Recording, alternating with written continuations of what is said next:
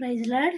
ఈరోజు దేవుని వాగ్దానము కొలస్సీ పత్రిక 1వ అధ్యాయము 9 నుంచి 12 వరకు కలిసి ఉన్నాయి. చదువుకుందాం చూడండి.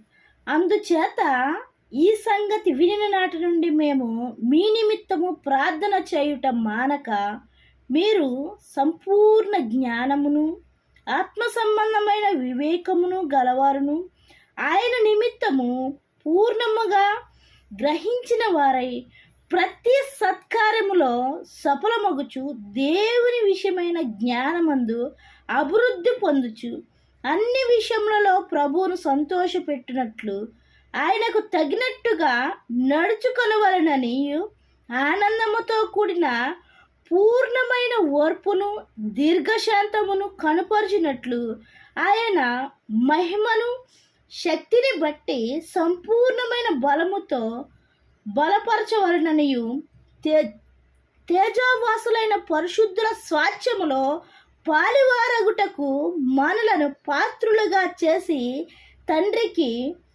మీరు కృతజ్ఞతాస్తుతులు చెల్లింపవలనని దేవుని బతిమాలు కొనుచున్నాను అంటున్నాడు.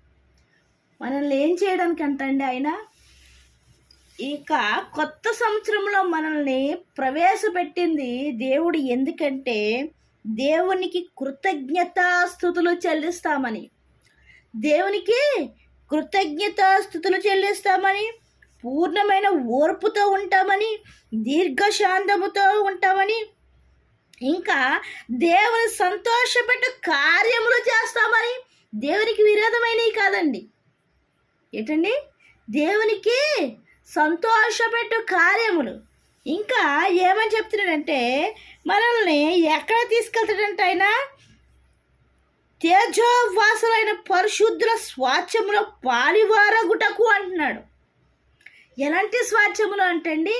తేజోవాసులైన పరిశుద్ధుల స్వాస్థ్యములో.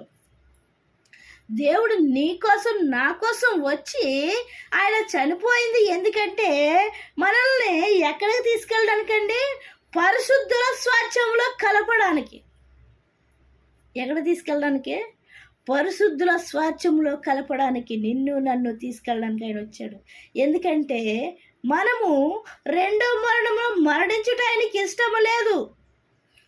ఎవరైతే రెండో మరణంలో మరణించడానికి ఆయన చిత్తము కాకుండా ప్రవర్తిస్తున్నారో వాళ్ళని మార్చి రెండో మరణం నుంచి తప్పించడానికి ఆయన తేజోవాసులైన పరిశుద్ధులతో కలపడానికి నీ కోసం నా కోసం ఆయన భూమి మీదకి వచ్చేవాడిగా ఉన్నాడండి. ఎందుకంటే మనము రెండో మరణం మరణించుట ఆయనకి ఇష్టం లేదు. ఎందుకంటే ఆయన స్వహస్తాలతో మనల్ని తయారు చేసుకున్నాడు. ఆయన స్వహస్తాలతో మనల్ని తయారు చేసుకుని మనకి ఏది కావాలో ప్రతిదీ ఆయన ఇచ్చేవాడిగా ఉన్నాడు. ఇంకా ఇక్కడ ప్రాముఖ్యమైన విషయాలు చాలా ఉన్నాయంటే ఏంటంటే ప్రాముఖ్యమైన ప్రతి సత్కార్యములలో సఫలమగుచు దేవుని విషయమైన జ్ఞానమందు. ఏ జ్ఞానం అండి? దేవుని విషయమైన జ్ఞానం. లోక జ్ఞానం ఎంతైనా ఉండొచ్చు, కానీ ఒకనొక దినమందు లోక జ్ఞానం ఎందుకు పనికిరాదు. ఎందుకంటే దేవుని జ్ఞానము అన్ని విషయములలో ఏది ఎలా చేయాలో అది నేర్పించేదిగా ఉంటుంది. చూడండి, దేవుని జ్ఞానము దేవుని విషయమై జ్ఞానమందు అభివృద్ధి పొందుచు అన్ని విషయములలో ప్రభువును సంతోషపెట్టినట్లు. అన్ని విషయములలో ఎవరిని సంతోషపెట్టాలండి? మనుషులను కాదు, దేవుని సంతోషపెట్టినట్లు ఆయనకు తగినట్టుగా నడుచుకోవాలనియు ఆనందముతో కూడిన. ఎలాంటిదండి? బాధ కదండి, ఇక్కడ ఆనందముతో కూడిన. నువ్వు దేవుని సన్నిధికి వెళ్ళినప్పుడు నీ యొక్క సమస్యలను పక్కన పెట్టాయి. ఎందుకంటే అది తీర్చగలిగిన వాడు నీ పక్షమున ఉన్నాడు, నీ ఎదుట ఉన్నాడు. నువ్వు కావాలనుకుంటే నీ ముందరికి వచ్చి నిలవబడి దాన్ని ఇట్టే ఒక్క నిమిషంలో ఒక్క సెకండ్లో తీసేస్తాడు.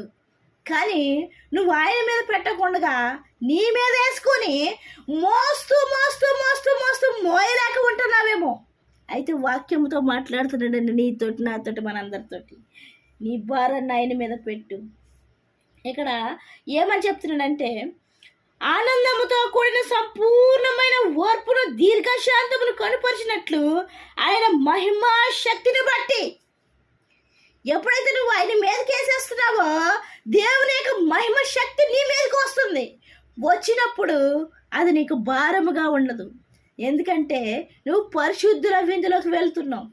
పరిశుద్ధులలోకి నిన్ను మార్చడానికి ఆయన సిద్ధంగా ఉన్నాడు. ఈ లోకమైన పాపభరితమైన భారాన్నంతటిని దాన్ని విడిచిపెట్టే, మోయొద్దు, తీసుకెళ్ళొద్దు, నీ వీపు మీద వేసుకుని భారం పడొద్దు, నీ మైండ్లో పెట్టుకుని చింతపడొద్దు, వ్యాధులు పడొద్దు, శోధనలకు గురి అవ్వద్దు. వాక్యముతో మాట్లాడుతున్నాడు నీతోటి నాతోటి. దేవుని మీద ఎయ్యి, నీ భారం యెహోవా మీద ఎయ్యి, ఆయన మోస్తాడు. ఎందుకంటే ఆయన మోయడానికి నీ కోసం నా కోసం వచ్చేవాడిగా ఉన్నాడు.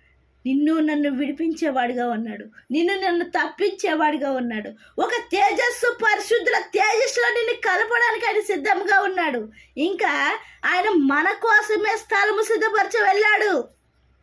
ఆయన స్థలములో మనల్ని తీసుకెళ్ళడానికి ఆయన వస్తున్నాడు. కాబట్టి ఆయన వచ్చేంత వరకు ఈ నూతన సంవత్సరములో నిన్ను నన్ను కాపాడుతూ పరిశుద్ధంగా జీవించమని, ఓర్పుతో జీవించమని, దేవునికి తగినట్టుగా జీవించమని, దేవునికి ఇష్టానుసారమైన జీవితాన్ని జీవించమని, నువ్వు పరిశుద్ధుల తేజ మహిమను నువ్వు చూడాలంటే నువ్వు దేవుని యందు దేవుని సంతోషపెట్టే కార్యములు చేస్తూ దేవుని జ్ఞానముతో జీవించాలని వాక్యంతో నీతో నాతో మాట్లాడుతున్నాడు.